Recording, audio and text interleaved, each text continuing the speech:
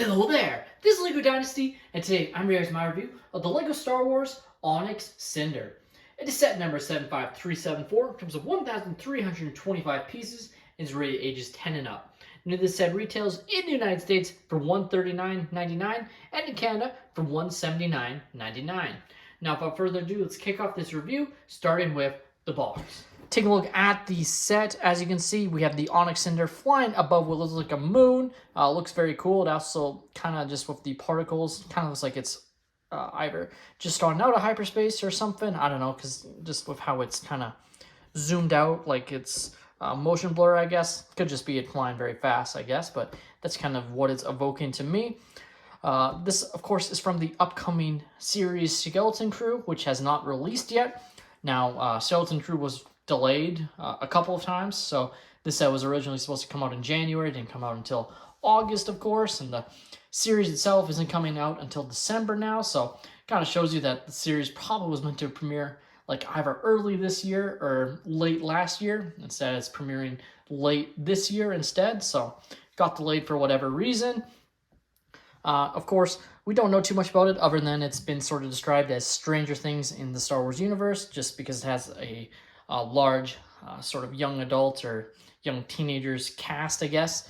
So, and as far as we know, all four of the characters included that are kids are kind of like the main ones. Plus, of course, we have Jod, who is the main sort of adult character, kind of taking on the Sheriff Hopper role, it seems, but potentially a Force user, just based off of the trailers that we've seen.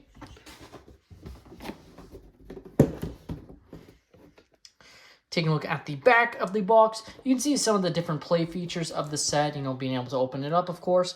That we will all get into. Looks very cool on this planet. Kind of reminds me of sort of Endor, especially with the moon. The moon kind of reminds me of the Death Star. Like, I don't know if that's what they're going for. No idea what planet this is. Here we have the manual of the set, which of course has a rendered image on the front. As I say in a lot of my set reviews, not a fan of the rendered images. I just don't think they do the sets justice, but doesn't take away anything from the build experience. It's your typical LEGO building experience, and the set has no advertising of any other Star Wars sets, as again, LEGO is really starting to reduce advertising, I guess, since people can just look online, but still interesting what sets get advertising, what sets don't. Here you can see the extra pieces I was left with, and for a set of this size, you know, quite a few. Obviously, you have some studs for the stud shooters, but even then, you know, you have other studs and whatnot, some lightsaber hilts, even the extra little LEGO musket piece, which is really awesome. So pretty nice to have all these extra pieces to add to your collection for free. Take a look at our first minifigure. We have Jod, who is seemingly the adult character of the series, just sort of based on trailers, along with potentially being a Force user. Apologies for potential spoilers, but I feel like trailers are sort of fair game, not including spoilers of anything that's been posted online or anything, but just based on trailers, he seems to be able to use the Force. He has some nice printing, as you can see. No arm or leg, or he does have leg printing, but no sidearm printing. And he does have, you know, this nice scarf piece, which you don't usually see in Star Wars sets. And then also pretty nice torso print as well, as you can see. Very Han Solo-like, smuggler-like, whatever you want to say. And also has a double-sided face print. Taking a look at our next minifigure, and the one with the unique mold, we have Neil. So this is a character that is the same species as Max Rebo, but is obviously, you know, an adolescent version. So definitely pretty nice character, I have to say. He has a really nice molded head, as I mentioned, you know, with hair, which looks pretty nice. So shows that Max Rebo is just bald, either by choice or just age. So that's pretty fun. Torso print looks pretty nice, I have to say, and has these stubby legs that aren't movable or opposable, which is kind of shows him being presumably slightly younger than some of the other characters, since they have a little bit longer legs, but still a very nice character, and has a what I assume to be a flashlight or a beacon. Definitely not a, I mean, it's on a lightsaber hilt, but it's definitely not a weapon. The flashlight, I think, so seems to definitely be evoking Stranger Things there. Our next minifigure is KB, and she is a very interesting character. Has what looks like, you know, a typical, you know, technician outfit, very, you know, ready to do work or engineering sort of outfit. Also has what appears to be a red flashlight or something, and has this really cool kind of visor. It kind of reminds you of Lobot in a way, I feel like, but just for the front. And then also has printing that shows it without it being on her face. So it shows she's not like a cyborg or anything, but definitely pretty interesting there. Our next character is Fern, and she has a yellow flashlight piece, it seems, and also has a very, very cool torso print. Like, I really like the torso print. I feel like this one will get used a lot for mock potential as well. Also has a pretty nice hairstyle piece, and of course has a double-sided face with her being a bit more scared, and has the opposable legs, so these can bend, of course, and move. They're just a little bit shorter than regular minifigure legs. And finally, we have Whiff, who, based on trailers, seems to be the main character, potentially the main sort of star of the show, potentially, I guess. Honestly, have to wait and see. But he has a very interesting torso print. Looks very nice with some nice insignias and whatnot on it. He has a dark blue flashlight piece, I guess, with, you know, lightsaber hilt with a dark blue stud. And then, of course, also has a radio. Has an Afro Lego hairstyle piece, which is pretty nice. And also has a double-sided face print. Now let's take a look at the Onyx Cinder itself. And I have to say, I really like this set. Like, it's a very cool design. Obviously, from what we can tell, this is pretty accurate. I haven't seen it really in the show much, but based on trailers, it looks like they did capture the look pretty well.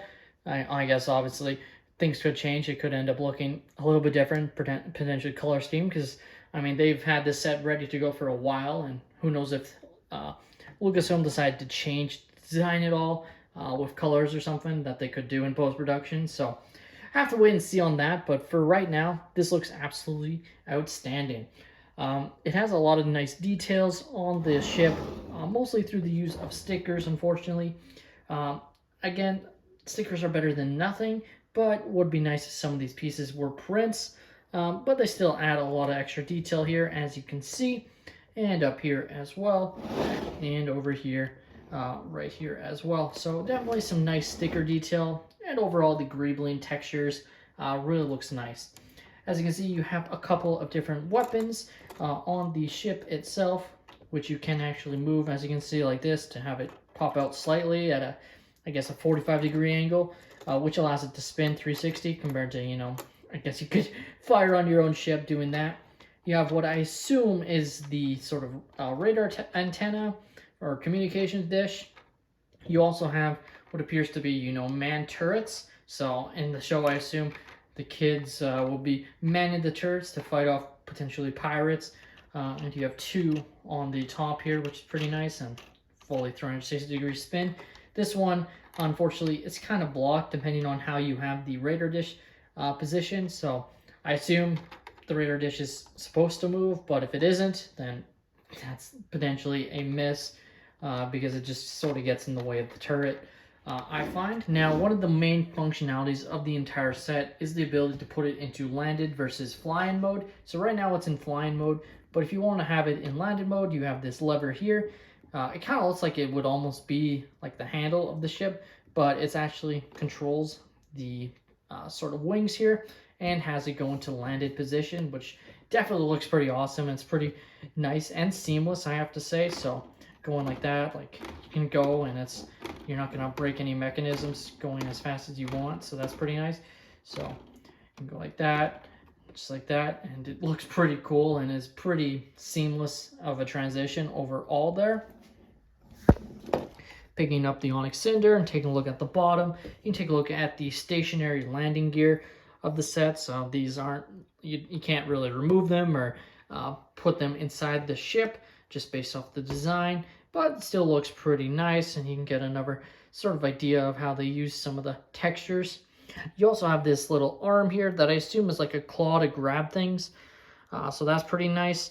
No idea if you'll really be able to reenact that on this Lego ship. It's just a bit small, but yeah, I mean, they still included it as a feature there.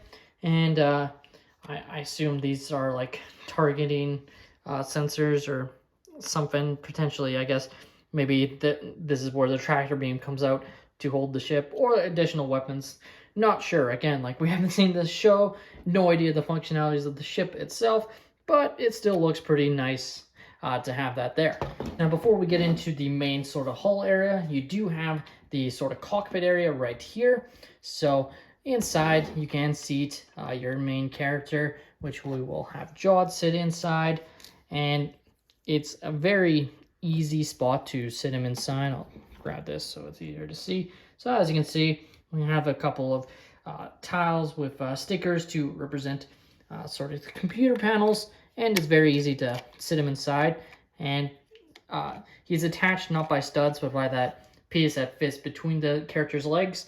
So you can kind of see like he sort of moves, but I mean, you're gonna have this closed up, so you're not really too worried about it. Like, he's not gonna fall out on you, which is pretty nice. And you can also close this up to have it sort of look very seamless. And you also have a sticker detail here to represent sort of the windshield piece. So presumably this is where it actually is, where the cockpit is. So very interesting design of a ship. Feels like you wouldn't really be able to see on the other side, but I mean, that's sort of similar to the Millennium Falcon, and it's probably what they're trying to evoke there. Now you can open up the back of the ship to reveal what appears to be some treasure. That actually just one of them popped off. So as you can see like that, you have a couple crates. You can take them out, of course. They're just held by simple studs there. So one of them has some cookies or food, so that's pretty fun, I guess. Kids are going to need food on their journey back home. And then in the other canister, you have what I assume is that fruit from Star Wars Rebels. I can't remember what it's called, but I believe that's what this is supposed to be. So that's pretty nice reference there. I guess it could be something completely different, but I assume it's meant to be that fruit from Star Wars Rebels or some type of food item. And again, to put it in, you can just move that all the way and have it. So you can attach it back in, and you can kind of see inside. Obviously pretty dark in there, but you have some space to fit in a character, I guess, if you really wanted to. But overall, the room inside the hull is where you generally will put your characters. Now to open it up, very easy, just like so. And you can get a nice look inside there. So on this side is sort of where you get a much better look through. And inside, it's going to be kind of dark to show. So I'll try and move my light to get a better look at inside for you guys. So as you can see, you have 4 spots, sort of, and a table there. You have some other like bar area, I guess, with drinks, presumably, as it appears Jawed is a bit of a drunk. So definitely a great influence on the kid characters. But you can fit your characters inside, and there's actually room for you to place their flashlights as well. So interestingly enough, the place you place their flashlights is just right in here. So just like that, that's where you place your character's flashlights. And you can see them on the other side on that wall piece. So that's definitely pretty nice, being able to have a spot for it. It's definitely kind of random, and probably frankly going to just leave the flashlights there anyways. And I guess I should mention, you can also lift this up to make it a bit more easier to fit your characters inside. So it definitely gives you a bit more space there, and just showing off again what it looks like there. And here you can get a nice look of all your characters inside the ship itself, which looks pretty nice. And like I said, you can close it up and have no issues with your characters inside. And lastly, just touching on the stud shooters itself. Like I said, you have sort of 3 sets of stud shooters. They all function the exact same way. So you just press down and they will fire. So that's why they give you extra studs in case you lose any. And to refill very easily, you can just place it inside just like so.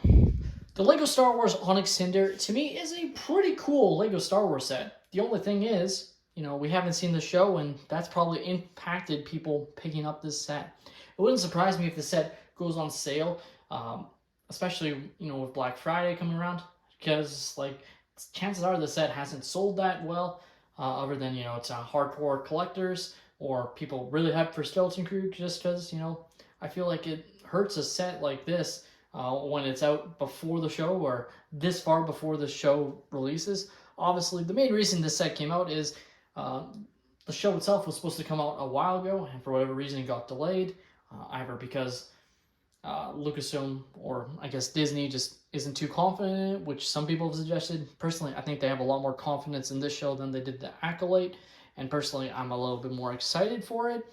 But it still remains to be seen how well the show is received, and that'll impact if the set gets picked up by a lot of people, I feel like. But at the end of the day, the set itself is perfectly fine. Slightly overpriced, of course. Got it, the Star Wars tax, especially with 1325 pieces. You know, $139.99 US, $179.99 Canadian. It's not terrible, but it's not great, and it's definitely a set that, like I said, you're gonna be able to get on sale, and you're probably gonna do very well doing that. Me personally, I got it on double points, so not too bad there. But obviously, if you wait for it to go on sale, you'll get probably an even better deal there. Just getting it outside of getting it from Lego. With that being said, that's all my opinion. Let me know your thoughts on the Lego Star Wars Onyx Cinder. Have you guys picked up the set, or are you planning to? What are your thoughts? Are you hyped for Skeleton Crew? Are you not? Like, overall, what are you thinking about the show that comes out in December? Please like and subscribe if you have enjoyed, and have a great day, everyone.